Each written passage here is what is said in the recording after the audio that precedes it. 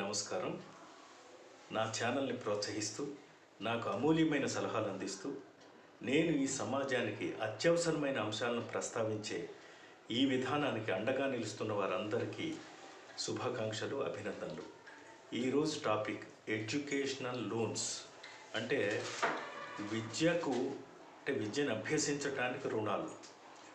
నార్మల్గా ఏంటంటే ఏదైనా ఒక విద్యార్థి ఒక యూజీసీ కానీ ఏఐటియుసి గుర్తింపు ఉన్న విద్యా సంస్థల్లో సీటు వచ్చిందనుకోండి, వాళ్ళు అర్హులవుతారు. అలాగే ఉన్నత విద్యను అభ్యసించే వాళ్ళకి 10 లక్షల దాకా అది లోన్ ఇవ్వాల్సి ఉంటుంది. తర్వాత విదేశాల్లో అక్కడికి వెళ్ళేటువంటి విద్యార్థులు అక్కడ ఫీజులను బట్టి దాన్ని బట్టి ఆ లోన్లు ఇవ్వాలి. తర్వాత ఎలాంటి పూచీకత్తు అంటే ఎలాంటి డిపాజిట్స్, ఎలాంటి ఎసెట్స్ లేకుండా 4 లక్షల వరకు లోన్లు ఇవ్వచ్చు. తర్వాత 4 అంటే ఇప్పుడు థర్డ్ పార్టీ గ్యారంటీ అని ఉంటుంది. థర్డ్ పార్టీ ఎవరైనా వచ్చి నేను గ్యారంటీ ఇస్తానన్నప్పుడు 4 లక్షల నుంచి 7.5 లక్షలు 8 లక్షల వరకు లోన్లు ఇవ్వచ్చు. ఇలాగేంటంటే ఈ లోన్లు ఇచ్చిన తర్వాత ఆ అబ్బాయి చదువు అయిన తర్వాత ఉద్యోగం వచ్చిన తర్వాత కొంత వడ్డీ, అంటే సామాన్యంగా బ్యాంకులను బట్టి ఉంటుంది, 12% అనేటువంటిది ఒక నిర్ణయం తీసుకోవటం అనేది జరిగింది. అయితే బ్యాంకులు కొన్ని తక్కువకి ఇస్తాయి, కొన్ని ఎక్కువకి ఇస్తాయి, ఇలా రకరకాలుగా ఉంటాయి. ఇదంతా బాగానే ఉంది.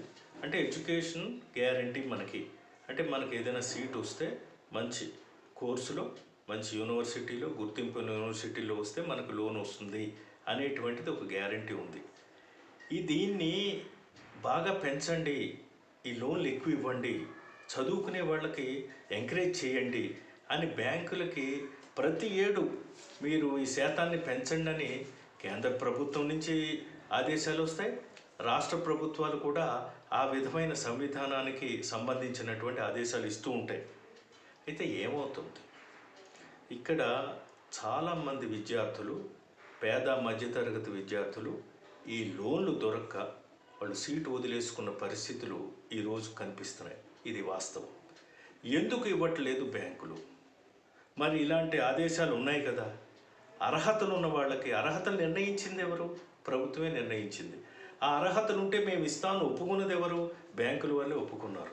ఈ రకమైన వాళ్ళకి ఈ రకంగా ఇస్తాం, ఈ రకమైన వాళ్ళకి ఈ రకంగా ఇవ్వాలి అన్న నియమ నిబంధనలు, నిర్దేశాలు అన్నిటినీ కూడా ఒప్పుకునే ఈ రుణాలు ఇవ్వటానికి వీళ్ళు ముందుకు వచ్చినప్పుడు మీరేం చేయాలి? ఆ విద్యార్థి సీటు ఉంది, పలానా సీటు తెచ్చుకున్నాడు, అర్హత ఉంది అన్నప్పుడు ఇమ్మీడియట్గా లోన్ రిలీజ్ చేయాలి కదా. అలా రిలీజ్ చేయట్లేదు. 100 మందికి అర్హత ఉంటే వీళ్ళు 25 మందికి కూడా ఇవ్వట్లేదు. అలాంటి పరిస్థితులు ఏర్పడ్డాయి. ఇప్పుడు ఎందుకు ఏర్పడ్డాయి, ఎందుకు వాళ్ళకి లోన్ రావట్లేదు అంటే, మీరు డిపాజిట్ చూపించండి, సెక్యూరిటీ చూపించండి అంటున్నారు. ఎక్కడి నుంచి సెక్యూరిటీ చూపిస్తారండి? సెక్యూరిటీ ఉన్నాడు బ్యాంక్ లోన్కి ఎందుకు వెళ్తాడు? ఈ విద్య కోసం, ఉన్నత విద్య కోసం. ఇప్పుడు ఏదో 30,000 ఎంతో తెచ్చుకుంటాడు నెలకి తండ్రి కుటుంబంలో 30,000 40,000 ఉంటుంది. పోనీ ఇద్దరు తల్లి తండ్రి సంపాదించిన 40,000 ఉంటుంది. వాళ్ళని మీరు 10 లక్షలు 20 లక్షలు 30 లక్షలు సెక్యూరిటీ పెట్టమంటే ఎక్కడి నుంచి తీసుకొచ్చి పెడతారు? తర్వాత స్థిరాస్తులు చూపించండి. స్థిరాస్తులు ఇవన్నీ ఉంటే అసలు ఈ గొడవ ఏముంది? ఈ రకమైనటువంటి లోన్స్కి వెళ్ళాల్సిన అవసరం లేదు కదా. సరే వెళ్ళినప్పుడు మీకున్న నిబంధనలు ఏంటి? ఇప్పుడు మీకు ఏదో టార్గెట్ పెట్టారు, ఏదో లక్ష్యం ఇచ్చారు, 2,000 మందికి ఇంతమందికి ఇవ్వాలి, మీరు తెలంగాణలో ఇంతమందికి ఇవ్వాలి, ఆంధ్రాలో ఇంతమందికి ఇవ్వాలి, గుజరాత్లో ఇంతమందికి ఇవ్వాలి అని ఒక లక్ష్యం పెట్టినప్పుడు ఆ లక్ష్యాన్ని సాధించాలి కదా. మరి ఆ లక్ష్యం మేరకు మీ దగ్గరికి అప్లికేషన్లు వస్తున్నప్పుడు మీరు 500 మందికో లేకపోతే 600 మందికో ఇచ్చేసి మిగతా వాళ్ళని మీరు పూచీకత్తు అంటే మీరు సెక్యూరిటీ తెచ్చుకోండి, లక్షల్లో సెక్యూరిటీ, లేకపోతే మీరు ప్రాపర్టీ చూపించండి బ్యాంకులో. ఇవన్నీ కూడా ఎలా ఉందంటే, పెడతాం మీరు విద్యను అభ్యసించండి, మీకు అన్ని రకాలైన సౌకర్యాలు ఇస్తాం, మీరు విద్యను అభ్యసించండి, ఉన్నత విద్య చదవండి, ఈ దేశానికి వెన్నుముకలుగా మారండి అని యువతరాన్ని ఒక పక్క మనం ప్యాంపర్ చేసి పంపుతున్నాం. ఇంకో పక్క మీరు తెచ్చుకోండి షూరిటీలు, లేకపోతే మీకు లేదు అంటే మీకున్న అర్హతలు కూడా మేము పరిగణించము, మాకున్న నిబంధనలు కూడా మేము పాటించము, మాకు వచ్చిన ఆదేశాలు కూడా మేము లెక్క చేయము అనేటువంటి పరిస్థితి ఈరోజు ఎదురవుతుంది. ఎందుకంటే కొంతమంది విద్యార్థులు పాపం చాలా కష్టపడి సీటు తెచ్చుకున్నారు. ఆర్థికంగా కొంచెం తక్కువగా ఉన్న ఫ్యామిలీస్. ఎందుకంటే మధ్యతరగతి పేద విద్యార్థులకు ఎక్కడి నుంచి వస్తాయండి లక్షల లక్షల డిపాజిట్స్ పెట్టమంటే ఎక్కడి నుంచి పెడతారు వాళ్ళు? అది ఆలోచించాలి కదా. వీడు సీటు తెచ్చుకున్నప్పుడు అలాంటి ప్రొవిజన్ ఉన్నప్పుడు అటువంటి వాళ్ళకి కదా మనం ఇవ్వాల్సింది. అప్పుడు ఏం చేస్తున్నారు? ప్రైవేటు వ్యక్తుల దగ్గరికి ఆశ్రయిస్తున్నారు. ఈ ప్రైవేటు వ్యక్తుల దగ్గరికి ఆశ్రయించే పరిస్థితి ఎందుకు కల్పిస్తున్నాం మనం? మనకి ప్రొవిజన్ ఉంది, ఇంతమందికి మనం ఇవ్వచ్చు అన్నప్పుడు ఆ లక్ష్యంలోకి, ఆ టార్గెట్లోకి ఈ వ్యక్తులు వస్తున్నప్పుడు, ఆ అర్హతలన్నీ ఉన్నప్పుడు ఇవ్వటానికి ఏమైంది? బలవంతంగా మనం వాళ్ళని ప్రైవేటు వ్యక్తుల దగ్గరికి అప్పులు తీసుకోవటానికి పంపిస్తున్నాం. తర్వాత ఎక్కడో చిన్న ఏదో ఉంటే అది అమ్ముకుని చదువుకునే పరిస్థితి కల్పిస్తున్నాం మనం. ఇది సమంజసమా? ఇలా వ్యవహరించటం వల్ల దేన్ని సాధించినట్టు? మన లక్ష్యాన్ని సాధించినట్ల? మరి ఇంకా ఆదేశాలు ఎందుకు? ఇప్పుడు కేంద్ర ప్రభుత్వం ఆదేశం ఇస్తుంది, రాష్ట్ర ప్రభుత్వం ఆదేశం ఇస్తుంది బ్యాంకులకి. మరి బ్యాంకుల్లో ఇలా చేస్తున్నప్పుడు మరి ఏం చేయాలి? ఎవరేం చేయాలి? ఈ పరిస్థితి చాలా చోట్ల, అంటే కొద్దిగా ఉన్న మిగతా రాష్ట్రాల్లో, మన తెలుగు రాష్ట్రాల్లో విపరీతంగా ఉంది. ఎందుకంటే లక్ష్యం లేదు. ఈ లక్ష్య సాధన అనేటువంటి దాని మీద ఒక నిశ్చయమైనటువంటి అమలు లేదు. ఎందుకంటే వాళ్ళ ఇష్టం, వాళ్ళ మనసుకు తోచినట్టుగా వాళ్ళు మాట్లాడేస్తూ ఉంటారు. అయ్యా మాకు ఇవన్నీ ఉన్నాయని చెప్పినా కూడా వాళ్ళు ఇవ్వట్లేదు. పరపతి ఉన్న వ్యక్తులకైతే ఇచ్చేస్తారు. కొంచెం పరపతి ఉంది తెలిసిందంటే ఎంతలోనైనా ఇచ్చేస్తాడు.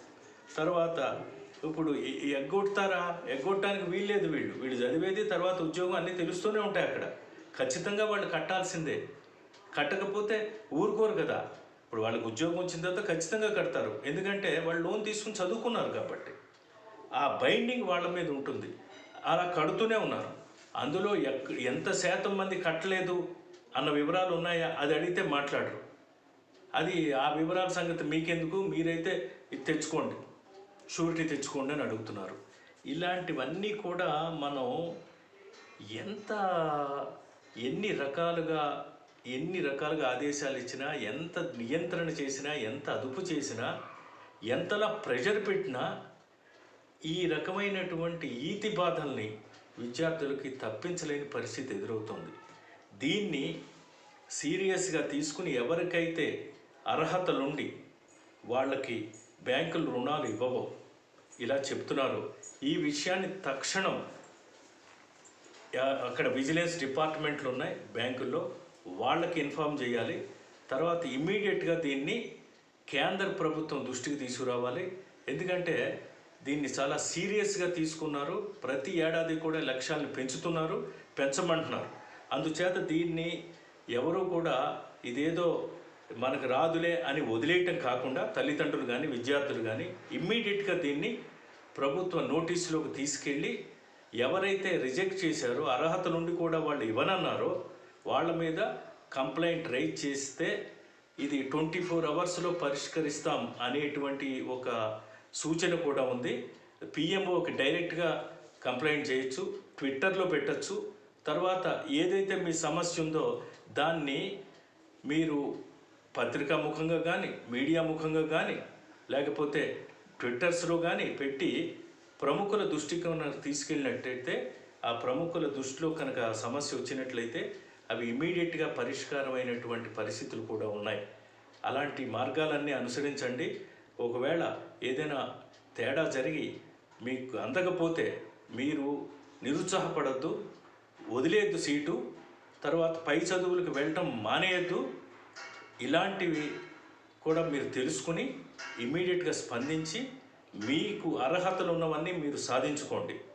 అనేక కొత్త విషయాలు, అనేక కొత్త అంశాలతో, కొత్త కోణాలతో మీ ముందుకు వస్తున్నాను. నన్ను దీవించండి, మీరు చూడండి, అందరికీ ఫార్వర్డ్ చేయండి, సబ్స్క్రైబ్ చేయించండి, గంట నొక్కించండి. నమస్కారం, సెలవు.